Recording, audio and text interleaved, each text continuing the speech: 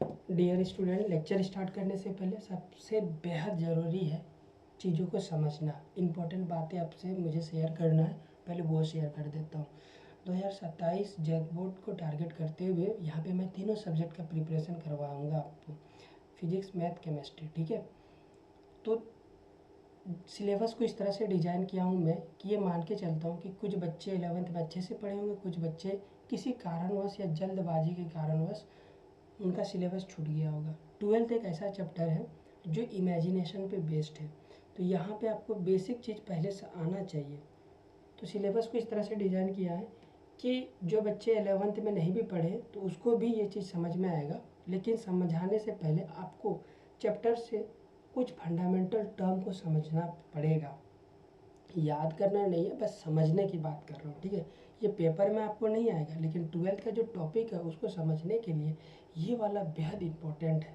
इसको रट्टा नहीं मारना, एक बार देख लो, सुन लो, तो आपका दिमाग में बैठ जाएगा। ये हर एक चैप्टर के साथ हम लोग करेंगे, या यूँ कहें हर एक सब्जेक्ट के साथ करेंगे। मैथ में भी मैं यही काम करूँगा, केमिस्ट्री में भी यही काम करूँगा, और फिजिक्स में भी यही काम करूँगा। मिसाल के तौर पर एग्जाम्पल दूँ, जैसे आपका केमिस्ट्री फिजिक्स का पहला चैप्टर आएगा 12th का इलेक्ट्रोस्टैट, वहाँ पे एक आएगा इलेक्ट्रिक फील्ड।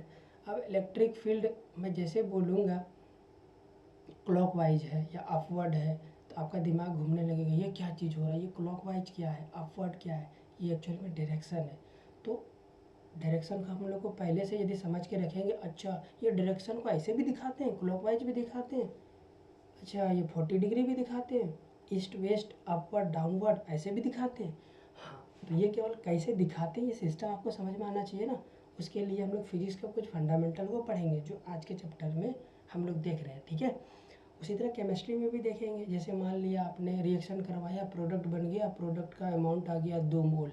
आपको पता ही नहीं है मोल क्या चीज़ है भाई, तो गड़बड़ हो जाएगा ना। तो फिर हम लोग मोल समझेंगे केमिस्ट्री में। उसी प्रकार यदि आप मैथ की बात करो, तो मैथ में मान लिया आप कोई इक्वेशंस सॉल्व किया आपने इंटीग्रेशन में, जैसे कि क्वाड्रेटिक इक्वेशन होल स्क्वायर बनाने का होल स्क्वायर बनाना पड़ता है। वहाँ पे आपको पता ही नहीं होल स्क्वायर कैसे बनाएंगे, फार्मूला धरा का धरा रह जाएगा और होल स्क्वायर नहीं बना पाओगे, क्वेश्चन बेकार। ऐसा नहीं है कि उस टाइम पे हम लोग चैप्टर से जस्ट पहले उस चीज़ को नहीं पढ़ेंगे जो उस क्वेश्चन को बनाने के लिए प्रॉपर वे या रिक्वायरमेंट है, लेकिन एक बार शुरुआती दौर पे फर्स्ट में जो भी फंडामेंटल पूरे चैप्टर में लगेगा उसको हम लोग कंप्लीट करेंगे। समझ में आ गया? पीडीएफ वगैरह डिस्क्रिप्शन बॉक्स में मिल जाएगा, वहाँ जाके आप डाउनलोड कर लेना। तो सबसे पहला चैप्टर हम लोग का 12th का फंडामेंटल में जो है वो है वेक्टर। इसको कंप्लीट करेंगे, इसके बाद हम लोग सॉल्व करेंगे इलेक्ट्रोस्टैट को। स्टार्ट करते हैं वेक्टर। सबसे पहला चीज़ समझते हैं, धीरे धीरे समझिएगा, हमारे पास बहुत टाइम है, पूरा 1 साल है। तो अच्छे ढंग से एक बार सिलेबस को समझते हैं, याद करते हैं।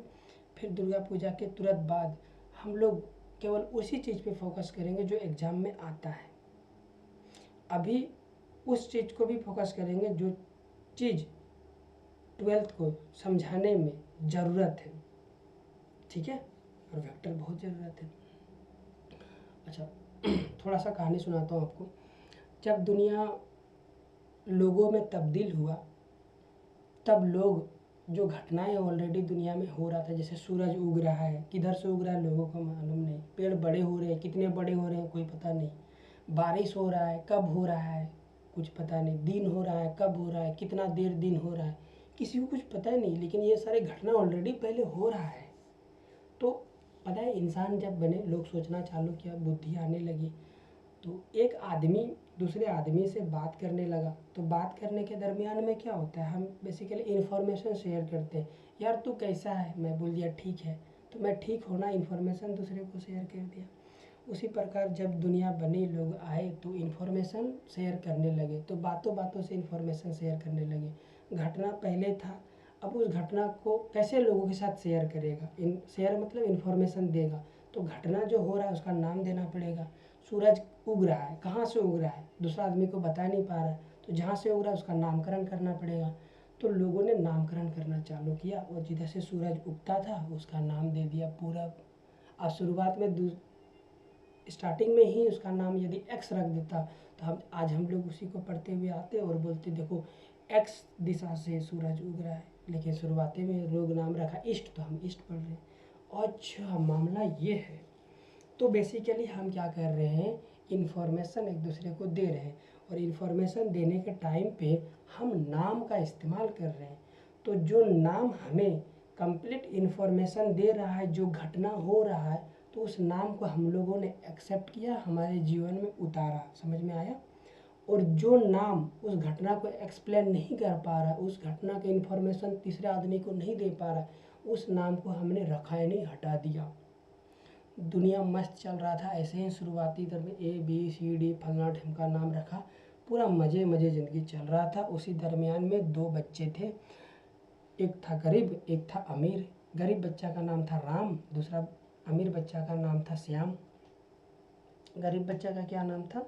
जो राम था ना, वो था पुअर, और जो श्याम था वो था रिच। ये रिच बंदा था। होशियार लोग होने लगे तो आप जानबे करते हो, मतभेद होना चालू हो जाता है। श्याम रिच था तो हमेशा राम को चिढ़ाते रहता था, अरे यार, दोनों दोस्त थे लेकिन चिढ़ाना तो नेचर है इंसान का, अरे यार तू गरीब है। उसको मज़ा आता था चिढ़ाने में। तो कब पढ़ेगा, क्योंकि राम के पास उतना सोर्सेस नहीं था, तो पढ़ेगा कहाँ? दिमाग तो उसके पास भी था लेकिन सुविधाएं नहीं था, तो वो नहीं पढ़ पाया। तो श्याम पढ़ लिख लिया और विदेश गया काम करने के लिए। शादी ब्याह मस्त ज़िंदगी जी रहा था। तब तक क्या इन्फॉर्मेशन लोगों में सर्कुलेट होना चालू हो गया था। लोग ये बोलना चालू कर दिया था, भाई तू आज कितना मीटर दौड़ा? वो बोलता था 4 मीटर दौड़े। भाई तेरे पास कितनी गायें हैं? वो बोलता था 4 गायें हैं। तेरी गाय आज कितनी लीटर दूध दी? 4 लीटर दूध दी। तो ये सुन रहे हो शब्द 4 किलोमीटर दौड़े हम, मेरे पास 4 गो गाय है। एक्सक्यूज मी, साउंड थोड़ा तबीयत खराब है, कॉम्प्रोमाइज़ कर लीजिएगा। तेरी गाय कितनी दूध दिया था? वो बोलता है 4 लीटर दूध दिया। तो 4 लीटर, 4 मीटर, 4 गाय, ये क्या है? ये नामकरण है। ये कंप्लीट इन्फॉर्मेशन सामने वाला को दे रहा है और सामने वाला समझ भी रहा है। लेकिन राम और श्याम के केस में हुआ क्या, श्याम तो चला गया विदेश पढ़ने के लिए, अब मज़ा ही नहीं आ रहा है राम को बिना परेशान किए।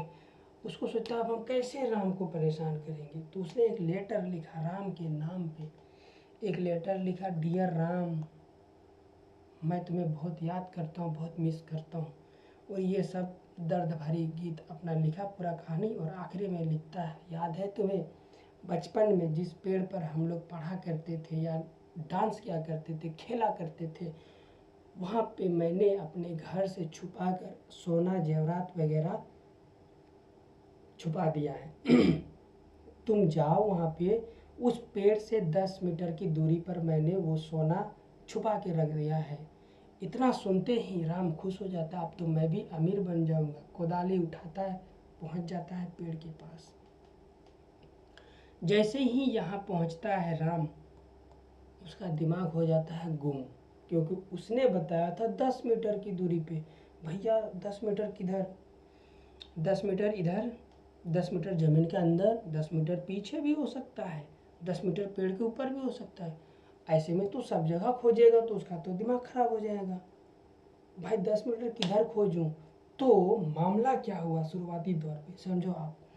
जो राम ने सॉरी जो श्याम ने राम को इन्फॉर्मेशन दिया था 10 मीटर, क्या वो इन्फॉर्मेशन राम को पूरी तरह से समझा पाया? जिस घटना, सोना छुपाने वाला घटना का जो व्याख्या राम ने लेटर पे किया था, श्याम ने जो लेटर पे किया था, वो इन्फॉर्मेशन क्या श्याम को समझा पाया, राम को समझा पाया? नहीं समझा पाया ना। यहाँ गड़बड़ हो गया। हमने जो नामकरण दिया है लेटर में 10 मीटर, वो तो गड़बड़ हो गया। इसका मतलब राम क्या करेगा, दोबारा लेटर लिखा, श्याम को बोला, भाई तू मजाक अभी भी कर रहे हो, तू तो अपना ज़िंदगी मस्त जी रहा है, मैं परेशान हूँ। तू तो बोल दिया 10 मीटर, बट 10 मीटर किधर, किधर की और 10 मीटर, ये तो बता। तो फिर राम उतना भी क्या बोलेंगे उसको, ईर्ष्यालु नहीं था, थोड़ा दयावान दिल वाला था। दोबारा लेटर लिखता है और बोलता है, यार 10 मीटर पेड़ से ईस्ट की ओर है। तो अब क्या हुआ, जैसे उसने बोला 10 मीटर प्लस में ईस्ट, तब ये वर्ड लिखते ही कंप्लीट इन्फॉर्मेशन राम को मिल गया। दोबारा पेड़ की ओर जाता है, ईस्ट की ओर, 10 मीटर की दूरी पर कुदाली चलाता उसको सोना मिल जाता। कहानी यहीं पे समाप्त। लेकिन कहानी का सार क्या रहा कि एक पहला इन्फॉर्मेशन था जिसमें कोई डायरेक्शन नहीं था, दूसरा इन्फॉर्मेशन डायरेक्शन के साथ था। तो कुछ ऐसा चीज़ होता है जिसमें डायरेक्शन की ज़रूरत नहीं पड़ता है, फिर भी हम लोग कंप्लीट इन्फॉर्मेशन समझ जाते हैं सामने वाला क्या बताना चाह रहा है। कुछ ऐसा चीज़ है, कुछ ऐसा घटना है जिसका नामकरण में यदि हम लोग डायरेक्शन नहीं देंगे तो उस घटना को हम लोग एक्सप्लेन नहीं कर पाते, उस घटना का इन्फॉर्मेशन हम किसी तीसरे को नहीं दे सकते हैं। तब लोगों को समझ में आया कि जहाँ जहाँ हमें दिक्कतें हो रही थी समझने में चीज़ों को, वहाँ डायरेक्शन ऐड करो। तो लोगों ने डायरेक्शन ऐड करना चालू किया, बोला अरे यार यही तो कमी था। तो जब जिस जिस चीज़ पर उन्होंने डायरेक्शन ऐड किया उसको एक अलग डब्बा में रख दिया और उस पूरे डब्बा के ऊपर में लिख दिया वेक्टर। और जिस डब्बे में डायरेक्शन की ज़रूरत नहीं था, केवल नंबर और यूनिट देख के ही बता सकता था, कंप्लीट इन्फॉर्मेशन मिल जाता था, उसको नाम दे दिया स्केलर। ठीक है। अच्छा, वो घटना को रिप्रेजेंट करने के लिए जो हम लोग नामकरण करते हैं उस नामकरण को क्वांटिटी बोलते हैं। क्या बोलते हैं? क्वांटिटी। समझ में आ गया? तो आई होप वेक्टर की क्यों ज़रूरत पड़ी आपको समझ में आया। क्वांटिटी क्या होता है? नामकरण होता है, किसी चीज़ को नाम देते हैं उसको अपन लोग क्वांटिटी बोलते हैं। क्वांटिटी क्या करता है? हमें इंफॉर्मेशन देता है। किस चीज़ का? घटना का। तो क्वांटिटी में क्या क्या चीज़ होना चाहिए? क्वांटिटी में एक अमाउंट होता है और किस चीज़ के बारे में आप बता रहे हो उसका यूनिट होता है। तो क्वांटिटी में क्या चीज़ होता है? दो गो होता है, एक यूनिट भी होता है और एक अमाउंट भी होता है। जैसे मैं यहाँ पे आप देखो नीचे इधर फॉर एग्जाम्पल किसी ने हमारे पास एक नंबर दे के चला गया और बोला बताओ भाई क्या तुम इसमें से इंफॉर्मेशन निकाल सकते हो। जैसे बोल दिया ये लो 4, कुछ नहीं ये तो नंबर है, खाली हम इंफॉर्मेशन बता ही नहीं सकते। 4 बोलेंगे ये तो मैग्नीट्यूड है, लेकिन किसका मैग्नीट्यूड है? हैला।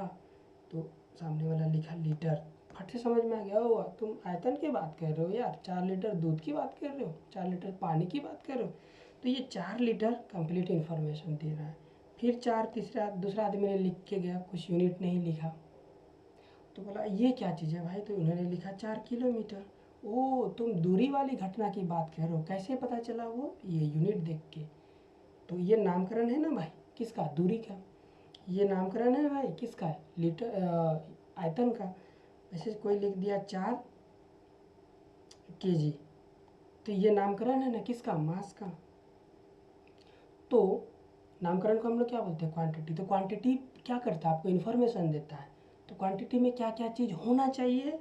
एक तो नंबर होना चाहिए, देख लो नंबर, साथ में ये क्या है? यूनिट। यूनिट मतलब मात्रक। मात्रक मतलब किसके बारे में आप बता रहे हो, वो मात्रक आपको बताता है। ठीक है।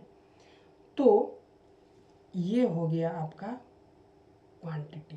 क्वांटिटी में क्या होता है? जनरल फॉर्म में लिखेंगे तो नंबर और यूनिट होता है, NU होता है। N मतलब नंबर, U से यूनिट। ठीक है, इतना समझ में आ गया। आगे बढ़ते हैं। तो याद है वो डब्बा, दूसरा डब्बा, इस डब्बा वेक्टर, ये डब्बा स्केलर। स्केलर में वो सारे क्वांटिटी हैं जिसमें डायरेक्शन की ज़रूरत नहीं पड़ा, वेक्टर में वो सारे क्वांटिटी जिसमें डायरेक्शन की ज़रूरत पड़ा। दुनिया में तो कई घटने होते हैं, हज़ारों करोड़ घटना होता है। सभी घटना का मुझे नाम देने की ज़रूरत है क्या? सभी घटना का नाम को मैं क्वांटिटी बोलूँगा? वो सारे क्वांटिटी, वो सारे घटना का नाम या क्वांटिटी जिसमें डायरेक्शन की ज़रूरत नहीं पड़ता है, क्या मैं उसको स्केलर में डाल दूँ?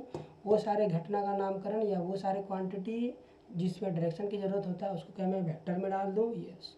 वेक्टर का कुछ प्रॉपर्टी होता है, उस प्रॉपर्टी को हमें याद करना पड़ेगा दोस्त, समझना पड़ेगा। ठीक है, अभी हम लोग चलते हैं नेक्स्ट की ओर उस प्रॉपर्टी को समझने के लिए। बहरहाल कुछ बेसिक चीज़ समझ लेते हैं, डिफिनेशन वगैरह। यह अच्छी आदत है कि हम डिफिनेशन को भी देखते हुए चले। सबसे पहला चीज़, क्वांटिटी क्या होता है भाई? Such mathematical term which gives us information of something. किसी घटना का इंफॉर्मेशन हम लोग को देता है उसको क्वांटिटी बोलते हैं।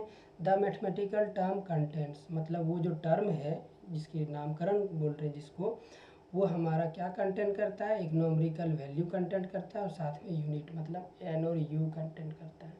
अब जो क्वांटिटी है इट मे बी 2 टाइप्स, 2 तरह का हो सकता है आपका। Excuse me.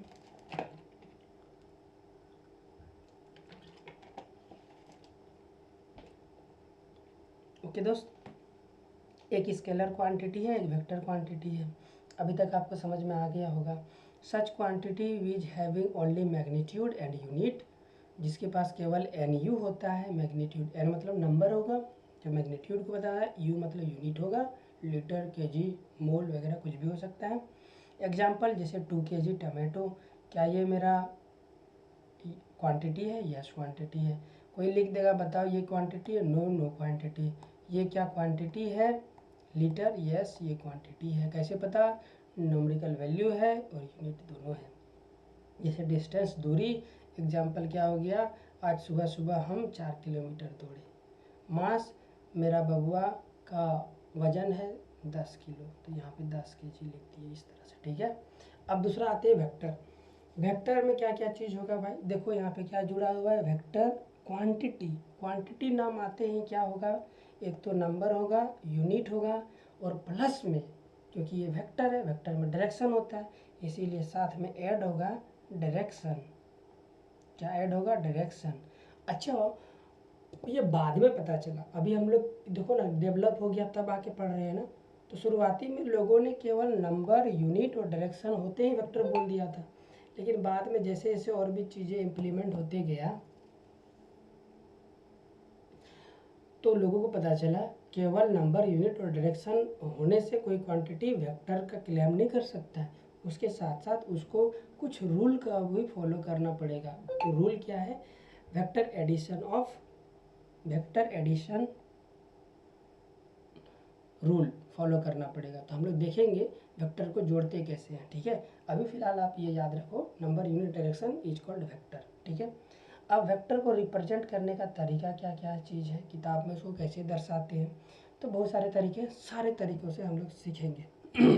देखिए ध्यान से, सबसे पहला है अल्फ़ाबेटिकल अलजेब्राइक फॉर्म। यदि हम लोग किसी को बोल रहे हैं कोई क्वांटिटी को ए से दर्शा रहे हैं, केवल ए लिखा हुआ है, समझो ये स्केलर है ठीक है दोस्त। तो यदि अल्फ़ाबेटिकल वर्ड में हम लोग रिप्रेजेंट कर रहे हैं तो यहाँ पे आपका हो जाएगा, नहीं आपको यहाँ लगाना पड़ेगा सर पे एरो, तो ये वेक्टर हो गया। अच्छा, वेक्टर का मैग्नीट्यूड वाली मैं केवल बताना चाह रहा हूँ, तो मैं कैसे लिखूँगा? जो ये है वेक्टर, हमने एरो लगा दिया, वो वेक्टर हो गया। यहाँ पे आपको क्या करना पड़ेगा? मॉड लगाना पड़ेगा, 2 डंडी, तो समझ लो ये आपको मैग्नीट्यूड है। यदि केवल ए लिख दिया उस क्वांटिटी को, एक्स होगा तो केवल एक्स लिख दिया, तब भी वो क्या करेगा? समझो वेक्टर को रिप्रेजेंट कर रहा है, ठीक है दोस्त। आगे चलते हैं, ग्राफिकल मेथड से हम लोग भी दिखाते हैं वेक्टर को, ग्राफ के तरीके से भी दिखाते हैं वेक्टर को। तो ग्राफ में कैसे दिखाते? एरो बनाकर एक लंबा लकीर खींच दिया और आगे तीर चला दिया। अच्छा, इसमें मुझे पता कैसे चलेगा कि ये वाला का वेक्टर का डायरेक्शन किधर है? तो जिधर एरो का सीन लिखा हुआ है, एरो का सिंबल जिधर है उधर की और इसका डायरेक्शन है, और जिधर है का एरो का टेल है, इसको क्या बोलते हैं? एरो का हेड बोलते हैं। इसको क्या बोलते हैं? हेड। इसको क्या बोलते हैं? टेल। जिधर टेल है वहाँ से वो क्वांटिटी स्टार्ट हुआ होगा इस तरह से, ठीक है। और जितना बड़ा तीर होगा उसका उतना बड़ा मैग्नीट्यूड होगा। यदि आपको क्वेश्चन में कंपेयर करने के लिए बोलेगा ये वेक्टर ए है, ये वेक्टर बी है, तो दोनों में से मैग्नीट्यूड किसका बड़ा है? तो जिसकी तीर की लंबाई ज़्यादा बड़ा होगा उसका मैग्नीट्यूड होगा। देख के बता देगा कोई बी की लंबाई ज़्यादा है, तो हम लोग यहाँ पे लिखेंगे बी का मैग्नीट्यूड, मैग्नीट्यूड को मॉड से दिखाते हैं, ज़्यादा, ये ग्रेटर देन किसका? ए का मैग्नीट्यूड से, ठीक है।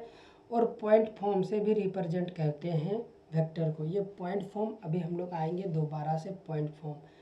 पॉइंट फॉर्म में जब भी किसी वेक्टर को रिप्रेजेंट करते हैं तो 2 हम लोग का अल्फ़ाबेट की ज़रूरत पड़ता है, जैसे कि OP, AB, ठीक है, इस तरह से। आगे चलते हैं, वेक्टर का हम लोग का डायरेक्शन भी होता है। तो डायरेक्शन दिखाने का मेरे पास कितना तरीका है उसको समझते हैं। सबसे पहला तरीका होता है सिंपल वे, लेफ़्ट की ओर 10 किलोमीटर, हम जहाँ से खड़े हैं राइट की ओर 10 किलोमीटर, यानी लेफ़्ट राइट कर लें। हम जहाँ पे खड़े हैं अपवर्ड, ऊपर की ओर डायरेक्शन। अच्छा, अपवर्ड को हम लोग कैसे लिखते हैं? ऊपर की ओर उसको पॉइंट से रिप्रेजेंट करते हैं। ऐसे कहीं पॉइंट से घेर देंगे तो समझो क्या हो गया, वो ऊपर की ओर डायरेक्शन है। बिलो डाउनवर्ड डायरेक्शन है तो हम लोग उसको क्रॉस लगाते हैं, क्रॉस ऐसे, ठीक है। अच्छा, ये समझ में आ गया। इस तरह नॉर्मल डायरेक्शन की बात करते हैं। न्यूज़, न्यूज़ क्या है याद करने का सिंपल तरीका है। एक्चुअल में ये हम लोग का पूरा पश्चिम उत्तर दक्षिण को बताता है, नॉर्थ ईस्ट वेस्ट साउथ इसको। तो हम लोग इसी तरह हमेशा प्रॉब्लम को सॉल्व करेंगे, इधर ईस्ट लेंगे, इधर वेस्ट लेंगे, इधर नॉर्थ लेंगे ऊपर की और नीचे साउथ लेंगे। तो ये भी आप जानते हो, ये भी दिशा को बता रहा है। दूसरा कोऑर्डिनेट सिस्टम जो आपने मैथ में सीखा, इसका बहुत यूज होता है, इसका ना बहुत यूज होता है। एक्स एक्सिस प्लस, अच्छा यहाँ पे दो लाइन होता है, एक लेटा हुआ लाइन रहता है, इस लेटा हुआ लाइन को हम लोग हॉरिजॉन्टल लाइन बोलते हैं। क्या बोलते हैं? Horizontal line. इस हॉरिजॉन्टल लाइन को जब जब लेटा हुआ लाइन मिलेगा हॉरिजॉन्टल लाइन बोलेंगे, और बिल्कुल खड़ा लाइन मिलेगा उसको हम लोग वर्टिकल लाइन बोलेंगे। और ना ही तो लेटा हुआ है और ना ही बिल्कुल खड़ा है, उन दोनों के बीच में कहीं झुका हुआ है तो उसको हम लोग इंक्लाइन लाइन बोलते हैं। समझ में आया आपको? तो लेटा हुआ लाइन को हम लोग हॉरिजॉन्टल लाइन बोलते हैं, और बिल्कुल 90 डिग्री पे खड़ा हुआ लाइन को वर्टिकल लाइन बोलते हैं। क्या बोलेंगे इसको? Vertical line. ये छोटी छोटी चीज़ें आपको याद रखना पड़ेगा। और ना ही लेटा हुआ, देखो ऐसे, ये तो ना लेटा हुआ है ना तो 90 डिग्री पे है, तो ऐसे लाइन को हम लोग इंक्लाइंड लाइन बोलते हैं, इंक्लाइंड। ठीक है, ये बार बार अभी याद होता जाएगा आपको। तो जब हॉरिजॉन्टल और वर्टिकल लाइन एक दूसरे को मीट करता है तब जो सिस्टम बन के आता है उसी सिस्टम को हम लोग कोऑर्डिनेट सिस्टम बोलते हैं। और जहाँ पे मीट करता है वो दोनों, उसको हम लोग ओरिजिन बोलते हैं। और उसी ओरिजिन को मुख्य बिंदु मानते हुए डायरेक्शन को डिफाइन करते हैं। उस ओरिजिन को ओ से रिप्रेजेंट करते हैं। ओरिजिन के राइट साइड हॉरिजॉन्टल की ओर चलेंगे तो उसको पॉजिटिव बोलते हैं। ओरिजिन की हॉरिजॉन्टल में लेफ्ट साइड चलेंगे तो उसको निगेटिव बोलते हैं। और यदि वर्टिकल लाइन में ऊपर की ओर चल रहे हैं ओरिजिन से तो उसको प्लस बोलते हैं। ओरिजिन के नीचे साइड चलते हैं तो उसको माइनस बोलते हैं। तो हम हमेशा ना वर्टिकल लाइन को वर्टिकल लाइन नहीं बताते, क्योंकि वर्टिकल देखो ना कितना बड़ा है, इसीलिए हम लोग इसका शॉर्ट नाम देते हैं जिसको बोलते हैं एक्सिस। तो जो वर्टिकल लाइन है उसको वाई एक्सिस बोलते हैं, और जो हॉरिजॉन्टल लाइन है उसको एक्स एक्सिस बोलते हैं। अभी मैंने आपको बताया यदि ओरिजिन से हॉरिजॉन्टल में प्लस की ओर जा रहे हैं, आगे की ओर जा रहे हैं तो उसको प्लस बोलते हैं। प्लस हॉरिजॉन्टल लाइन भी बोल सकते हैं, लेकिन हॉरिजॉन्टल लाइन का हमने नाम दे दिया है क्या? एक्स। तो आप बोलेंगे प्लस एक्स एक्सिस, ठीक है। और यदि हम लोग हॉरिजॉन्टल लाइन में पीछे की ओर जा रहे हैं, बैक जा रहे हैं, तो निगेटिव उसको बोल रहे हैं। लेकिन हॉरिजॉन्टल लाइन का हमने एक्स एक्सिस नाम रखा है तो इसको बोलेंगे निगेटिव एक्स एक्सिस। उसी तरह आपको समझ में आ गया होगा, Y axis minus Y axis, ये भी डायरेक्शन को बताता है। आगे चलते हैं। एक तीसरा डायरेक्शन होता है एंगल का डायरेक्शन। एंगल का डायरेक्शन कैसे? जैसे आप किसी पॉइंट पे खड़े हो, वहाँ से आप बोल रहे हो कि 90 डिग्री या 30 डिग्री को और घूम जा। जैसे मैं यहाँ पे खड़ा हूँ और दाहिने तरफ भी मेरा दोस्त नहीं खड़ा है, बिल्कुल यहाँ सामने खड़ा है, तो मैं क्या बोलूँगा? देखो तुम सामने देख रहे हो, ऐसे सामने देखो, वहाँ से 30 डिग्री घूमो, 30 डिग्री घूमो। अपने बचपन में इसको और बेहतर तरीके से समझाता हूँ। अपने बचपन में वो घड़ा फोड़ वाला गेम खेला है क्या? वो आँख में पट्टा बांध देते हैं लोग, सामने पे पॉट रख देता है घड़ा, और हाथ में डंडा पकड़वा देता है और लोग बोलता है जाओ मारो। तो आपका दोस्त उसमें हेल्प करता है चुगलबंदी, तो आपको बोलेगा सामने देखो तुम खड़े हो, ठीक है भाई तेरा पॉट किधर है, तुम ना सामने जहाँ खड़े हो ना वहाँ से एकदम स्लाइडली 30 डिग्री घूम जाओ। तो तुम तो गणित के बच्चे हो, तुम्हें आपको याद होगा, धीरे धीरे क्या करोगे? 30 डिग्री ऐसे घूम जाओगे। तो क्या हुआ? 30 डिग्री आप तो देख नहीं पा रहे हो, लेकिन आपको सुनाई दिया ना 30 डिग्री, तो 30 डिग्री भी एक डायरेक्शन का काम किया ना घड़ा तक पहुंचाने का। वो बोल देता पीछे घूम जाओ, पीछे घूम जाते, घड़ा पहुंचते और दूर चल जाते घड़ा से। तो जो आपका जो एंगल है वो भी डायरेक्शन बताने का काम करता है।